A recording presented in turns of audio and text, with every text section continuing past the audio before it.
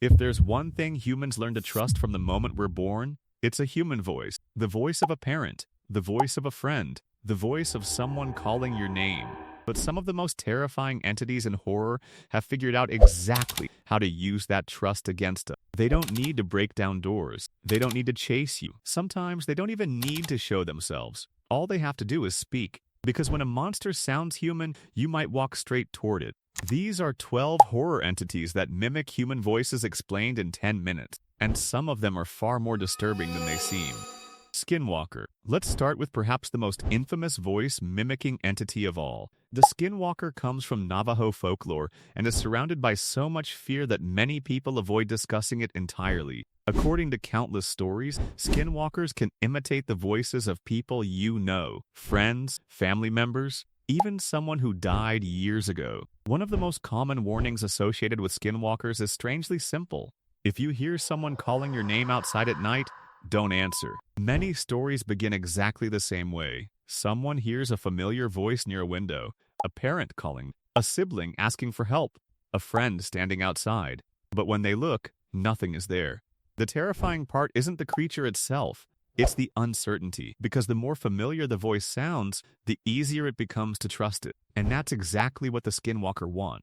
Wendigo. Now, imagine you're alone in a forest. The trees are silent. The path behind you is disappearing into darkness, and somewhere in the distance, someone is screaming for help. Most people would move toward that voice. That's what makes the Wendigo so dangerous. Originating from Algonquian folklore, the Wendigo is often associated with starvation, greed, and cannibalism. But in many modern interpretations, it has another disturbing ability. It can mimic human voices. People report hearing cries for help deep in the woods. Others describe hearing loved ones calling from impossible directions. The further they follow the sound, the deeper they move into the forest. And eventually, they realize something horrifying. The voice never wanted to be rescued. It wanted them to get lost.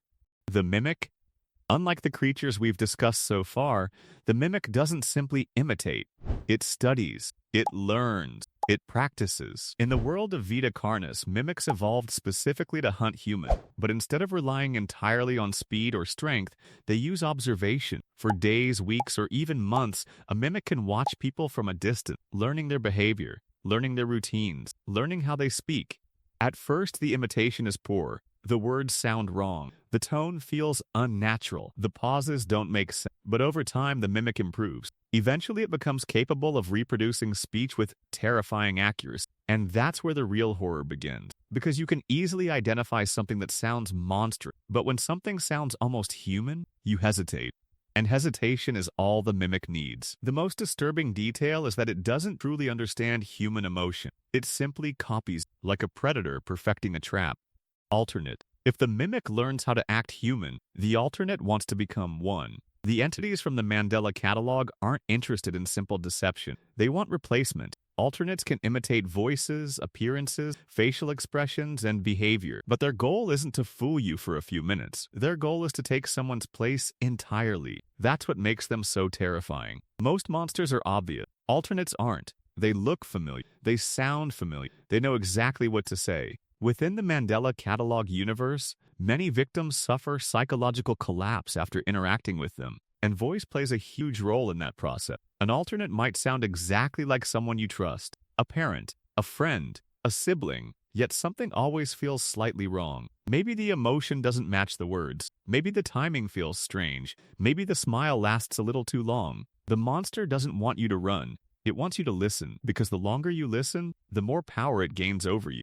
Doppelganger. Long before internet horror existed, people feared something remarkably simple. The doppelganger. A perfect copy of a human being. Same appearance, same voice, same movement, same mannerism. Across many cultures, encountering your doppelganger was considered a terrible omen, sometimes even a sign of death. But some legends go even further. According to certain stories, hearing your own voice calling your name could be just as dangerous as seeing your own double. Imagine hearing yourself from another room. Imagine hearing your voice outside your house. Imagine hearing yourself ask for help.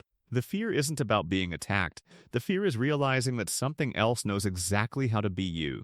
CP939. Now we arrive at one of the most effective predators on this list. CP939 doesn't chase people. It makes people come to it. This creature possesses one of the simplest and most terrifying abilities in horror: perfect voice mimicry. CP939 records human sounds and reproduces them flawlessly. A crying child, a terrified victim, someone begging for help, a friend calling your name. Anything it hears can become part of its collection. Imagine walking through a dark hallway and hearing someone whisper, "Please help me." Your instinct would be to investigate. That's exactly what CP939 is counting on. The most disturbing part is that it doesn't even understand what it's saying.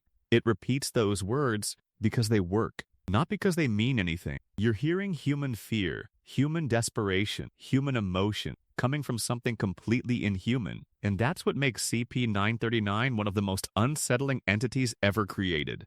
Siren Head. Most people think Siren Head only produces sirens. That's not entirely true. Created by Trevor Henderson, Siren Head is capable of broadcasting an enormous range of sounds: emergency alert, radio transmit, static, conversations, and human voices. Some stories describe Siren Head using distress calls to lure victims closer. Others mention recordings of familiar voices echoing through isolated areas. The concept is surprisingly effective. Nobody runs toward an air raid siren, but many people would run toward someone crying for help. Siren Head weaponizes communication itself. The sounds aren't random. They're chosen, designed to make you believe someone is nearby, designed to make you investigate.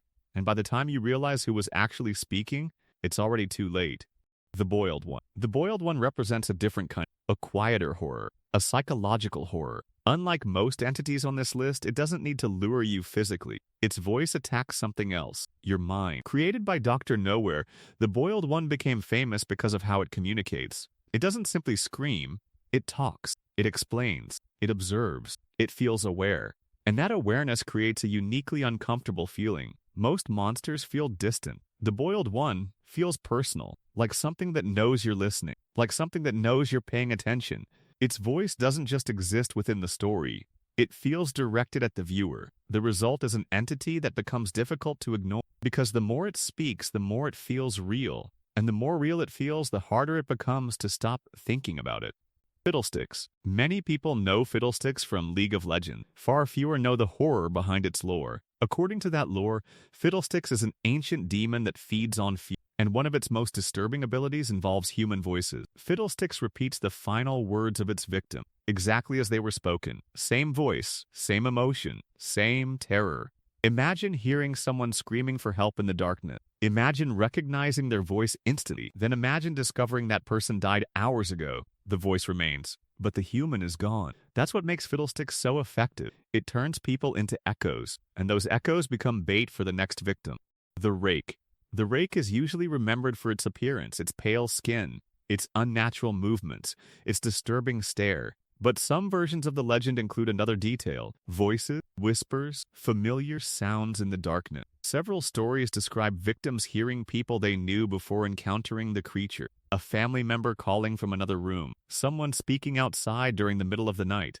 A familiar voice where no familiar person should be. Unlike many entities, voice mimicry isn't always the central focus of the Rake, but when it appears, it adds something uniquely unsettling, because now the victim doesn't just fear what's watching, they fear what they're hearing. Goatman. If Skinwalker stories are disturbing, Goatman stories might be even worse. One of the most famous Goatman legends follows a simple scenario. A group of friends is camping or hiking together. Everyone knows everyone. Everyone belongs there. At least that's what they think. Then something strange happens. Someone notices an extra person in the group. Not obviously, not immediately, just a vague feeling, a sense that there are too many people. The truly horrifying part is that nobody can remember when this extra individual arrived. Nobody remembers inviting them. Nobody remembers meeting them. Yet somehow they've been walking alongside everyone else the entire time, talking, laughing, participating, like they were always part of the group. The horror doesn't come from seeing the monster. It comes from realizing you've already spoken to the Mimic Bear. And finally, we arrive at one of the strangest entities on the Mimic Bear from Greylock. At first glance, it looks like a malformed animal, but appearances aren't what make it frightening. It's voices. The Mimic Bear reproduces human sounds to attract victims, cries for help, desperate calls, panic, fear. anything capable of triggering a human response. And that's what makes it so dangerous, because most people instinctively help others. If someone sounds injured, we investigate. If someone sounds afraid, we respond. The mimic bear transforms compassion into vulnerability. It turns kindness into a trap.